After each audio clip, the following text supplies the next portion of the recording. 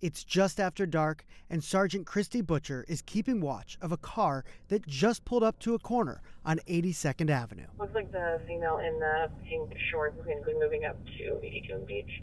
A network of spotters, plainclothed officers in unmarked cars, keeps watch as a woman gets into the stranger's car. So we're conducting a directed patrol mission, and we're focusing on visible prostitution and everything that comes with that work. In this case, they suspect the driver is a buyer, formerly known as a John. Sergeant Butcher calls in the marked units, which pull the car over and make an arrest. The man will be charged with commercial sex solicitation, a Class A misdemeanor. The woman in the car is offered services and let go. This is the work of Portland Police Bureau's Human Trafficking Unit. So we're out here, we're on 82nd Avenue, and you see a woman walking the street soliciting for sex. How likely is it that there's also a human trafficker within eyesight?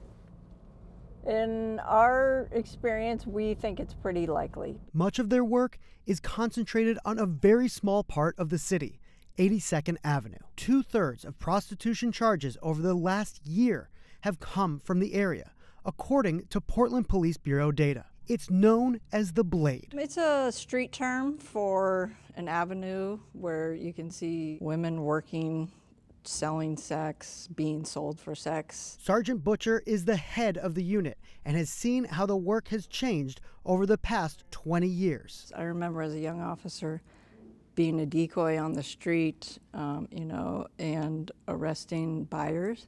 But then I remember, arresting women for the crime of prostitution on a regular basis as well. I think we've come a long way. Instead, the women are treated as survivors. Officers work with advocates who try to provide wraparound services and offer a way out of the life. On a regular basis, her team is joined by patrol officers as well as partners from the FBI and the district attorney's office to conduct enforcement missions. Everyone keep your head on a swivel. This dangerous area. Super dangerous game, a lot of money involved. The world of human trafficking is inextricable from violence. Buyers know that the women likely won't report crimes to the police and often take advantage of that. I've been a police officer now for 20 years. Before I got in this unit, I would have told you, human trafficking is not that big a deal in Portland. Yeah. And it's the furthest thing from the truth. Right away, the team spots a man leaving from a date, the slang word used to describe the time of interaction between a survivor and a buyer. Eastbound Sandy, missing the rear wheel hubcap. The marked units sweep in and pull him over.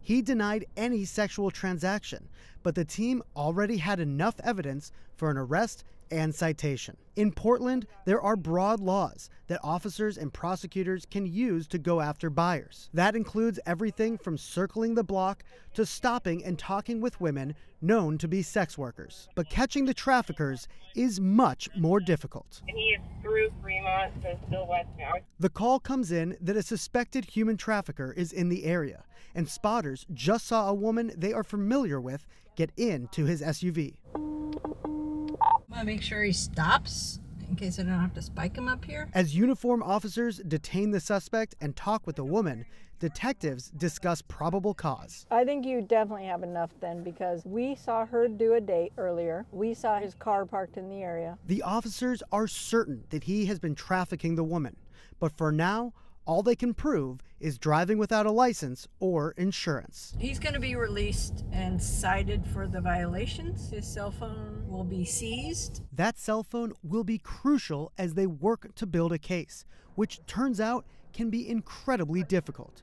Just ask one of Multnomah County's lead prosecutors. One of the challenges all prosecutors face, but it becomes very apparent in trafficking cases, is in order to bring a case, witnesses have to testify. And the women caught in the middle of a world of crime are rarely ready to trust the police or prosecutors who are trying to get them out.